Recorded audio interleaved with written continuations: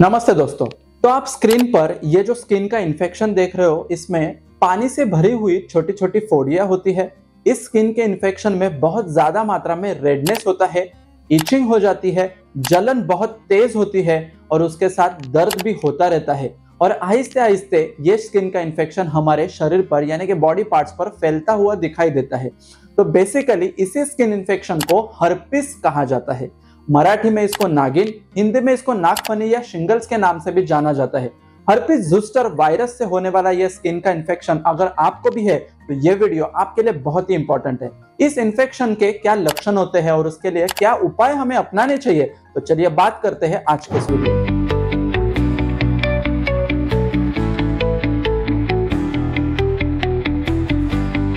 Hello friends, मैं doctor Rupesh आमले और पिछले 12 सालों से मैं प्रैक्टिस कर रहा हूँ नवी मुंबई में।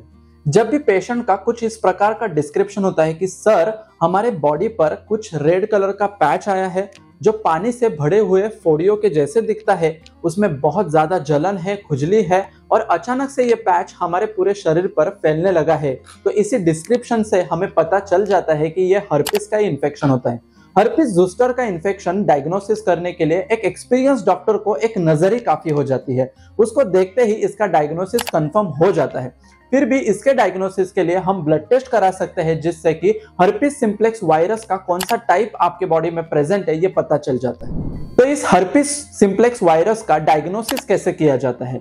तो इसके डायग्नोसिस के लिए आपको एक ब्लड टेस्ट कराना चाहिए जिसमें कि HSV1 और HSV2 नाम का ब्लड टेस्ट किया जाता है, जिससे कि आपके शरीर में कौन से प्रकार का वायरस प्रेजेंट है ये पता चल सकता है।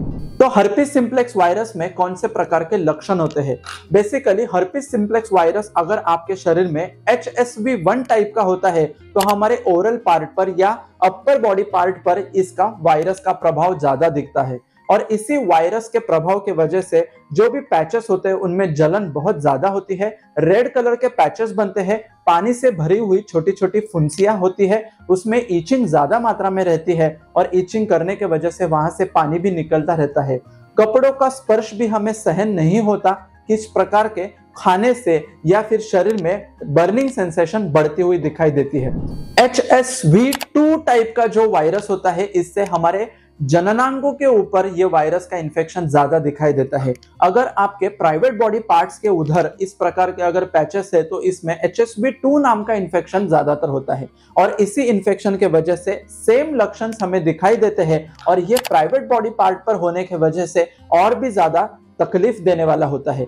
जब भी इस प्रकार के इन्फेक्शन हमारे प्राइवेट बॉडी पार्ट पर होता है तो वहां पर होने वाले लक्षण तो दिखाई देते ही है, उसके साथ साथ पूरे शरीर में कपकपी बने रहना, फीवर जैसी फीलिंग रहना, नौशिया वॉमिटिंग जैसा सेंसेशन होना या फिर शरीर पर और भी कलर के रेड रेड स्पॉट्स आना दिखना चालू हो जाते हैं। तो ये एक प्रकार का वायरल इन्फेक्शन होने की वजह से सेल्फ लिमिटिंग होता है, यानी कि 7 से 15 दिनों तक इसका इंक्यूबेशन पीरियड रहता है, जिससे कि वो हमारे शरीर पर बनता है, उसके लक्षण दिखाई देते हैं और आहिस्ते आहिस्ते वो चला भी जाता है। लेकिन जब भी ये लक्षण होते हैं तो हमें एग्रेसिवली इसका ट्रीटमेंट कराना चाहिए, क्योंकि अगर हम इसका एग्रेसिवली ट्रीटमेंट नहीं करते तो ये पूरे शरीर पर फैल जाता है, जिससे कि हमारी क्वालिटी ऑफ लाइफ डिस्टर्ब हो सकती है और हमारे पूरे शरीर में ब्लड में वो इन्फेक्शन फैल सकता है।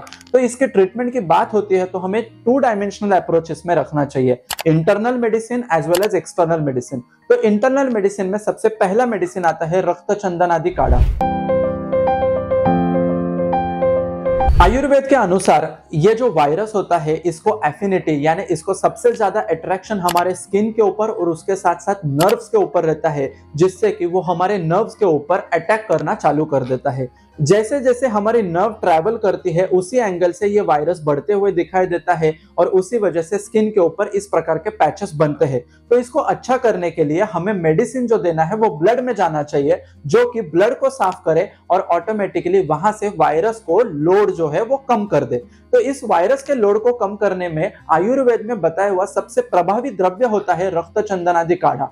इसमें 5 हर्ब्स का कॉम्बिनेशन होता है, जो 5 हर्ब्स कुछ इस तरह है: गुरुचि, पद्मक, अरिष्ट, धान्य और रक्त चंदन। इन 5 हर्ब्स को सम मात्रा में लेकर इनका पाउडर बना लेना चाहिए और इस पाउडर का काढ़ा हमें सुबह शाम 15 दिनों के लिए, केवल 15 दिनों के लिए अगर हम इसका प्रयोग करते हैं तो डेफिनेटली आपका हर्पिस इन्फेक्शन कंट्रोल में आ जाता है। तो इस हर्पिस इन्फेक्शन को कंट्रोल करने के लिए हमें इस काढ़ा का प्रयोग कैसे करना चाहिए? तो इस काढ़ा का रक्त चंदन आदि काढ़ा का प्रयोग हमें करते समय लगभग 1 टीस्पून की मात्रा यानी कि 3 ग्राम की क्वांटिटी हमें 150 ml पानी में लेनी चाहिए और 150 ml पानी में लेने के बाद हमें इसको स्लो गैस पर बॉईल कर लेना है। बॉईल करने के बाद 150 ml की क्वांटिटी 100 ml तक रिड्यूस होनी चाहिए और 50 ml का काढ़ा सुबह के समय खाली पेट और 50 ml का काढ़ा शाम के समय खाली पेट हमें लेना चाहिए। दिन में 2 बार रक्त चंदन आदि काढ़ा जैसे ही हमारे पेट में जाता है वो हमारे पेट में जाने के बाद एसिड के साथ कांटेक्ट में आकर ब्लड सर्कुलेशन में मिक्स हो जाता है। जैसे ही वो ब्लड सर्कुलेशन में मिक्स हो जाता है तो उसमें होने वाले कुछ प्रभावित द्रव्यों के वजह से एंटीवायरल प्रॉपर्टी दिखाई देती है। रिसर्च के अनुसार ये प्रूव हो चुका है कि इसमें जितने भी हर्ब्स होते हैं ये एंटीवायरल प्रॉपर्टी का काम अच्छी तरह से करते हैं, इसीलिए हर्पिस सिम्प्लेक्स वायरस को ब्लड से वॉश आउट करने का काम बहुत अच्छी तरह से होता है। जब भी हम इस काढ़ा का प्रयोग करते हैं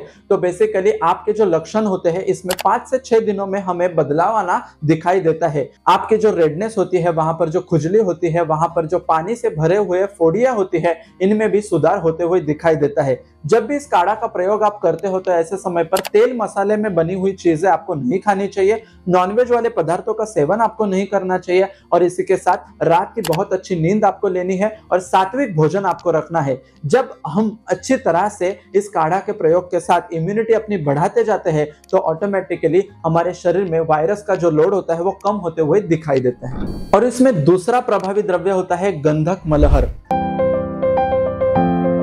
आयुर्वेद में जब भी कोई भी प्रकार का स्किन का इन्फेक्शन होता है तो इसमें गंधक का प्रयोग सबसे ज्यादा किया जाता है। गंधक के प्रयोग के वजह से कितना भी पुराने से पुराना स्किन का इन्फेक्शन हो तो वो अच्छा हो जाता है। तो हर्पिस के पैच के ऊपर भी आपको इस गंधक मलहर के प्रयोग करना चाहिए। इस गंधक के एप्लीकेशन से वहां पर होने वाली जो इचिंग की सेंसेशन होती है, बर्निंग सेंसेशन होती है, वो इमीडिएटली कंट्रोल में आने लगती है। जैसे ही हम रक्त चंदन आदि काढ़ा शरीर में लेते हैं तो वायरस का लोड अंदर से कम हो जाता है और स्किन के ऊपर का वायरस का लोड कम करने के लिए गंधक मलहर मदद करता है। यह गंधक मलहर हमें लगभग दिन में 3 से 4 बार उस पैचेस पर लगाना है। जब भी हमें दिन का कोई भी समय ऐसा ना हो कि उस टाइम पर वहां पर दवाई नहीं लगी हो तो कंटिन्यूअसली अगर हम 15 दिनों के लिए गंधक मलहर का प्रयोग उस जगह पर करते ही रहते हैं तो वहां की जो फोड़ियां होती है वो सुन्न हो जाती है, वहां की फोड़ियां मर जाती है, वहां वायरस निकल जाने की वजह से वो जो पैचेस होते हैं वो ब्लैक होना चालू हो जाते हैं। जैसे जैसे काले काले पैचेस वहां पर बनते हैं तो आप समझ जाइए कि आपका वायरस का इन्फेक्शन कंट्रोल में आने लगा है और रिवर्स पॉइंट अचीव हो चुका है। रिवर्स पॉइंट यानी आपका हर्पिस का इन्फेक्शन अभी कंट्रोल में आने लगा है। जब भी कोई इन्फेक्शन बढ़ता है तो वो आहिस्ते आहिस्ते पिकअप पॉइंट पर चला जाता है और जब वो कम होते जाता है तो रिवर्स पॉइंट पर आना चालू हो जाता है, जिससे कि हमें यह कंफर्मेशन मिलता है कि हम सही डायरेक्शन में ट्रीटमेंट कर रहे हैं।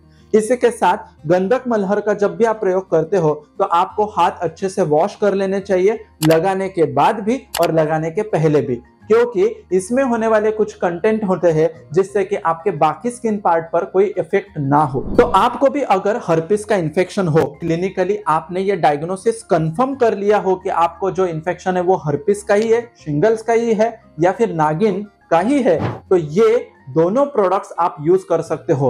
रक्त चंदन आदि काढ़ा और गंधक मलहर के प्रयोग की वजह से केवल 15 दिनों में आपको बहुत अच्छा रिलीफ इसमें मिलना चालू हो जाता है। इसी के साथ साथ अगर आपको और भी कुछ लक्षण है तो उसके लिए आपको वैद्य की सलाह लेना जरूरी होता है। इसी के साथ आपको कुछ और टिप्स फॉलो करने चाहिए। नहाते समय हम जो पानी यूज करते हैं उसमें नीम के पत्तों का प्रयोग करना चाहिए ताकि पूरे शरीर पर भी एंटीबैक्टीरियल और एंटीवायरल प्रॉपर्टीज वाला पानी हमारे शरीर पर जब जाता है तो उससे फायदा होता है। ऐसे समय पर आपको सात्विक भोजन रखना है। नहाते समय भी साबुन का जो प्रयोग आप करोगे, सोप जो प्रयोग करोगे, वो रक्त चंदन आदि सोप आपको यूज करना है, जिससे कि आपके शरीर में जो बर्निंग सेंसेशन होता है, पित्त जो शरीर में बढ़ा हुआ रहता है, वो कंट्रोल में आ जाए। ऐसे समय पर हमें तेल मसाले में बना हुआ खाना नहीं खाना चाहिए, नॉनवेज वाले पदार्थ नहीं खाने चाहिए। हमारा पेट साफ हो इस बात के ऊपर हमें ध्यान रखना चाहिए। कड़ी धूप में हमें नहीं निकलना चाहिए। ऐसे कपड़ों का प्रयोग हमें नहीं करना चाहिए जिससे कि उस पार्ट पर इरिटेशन हो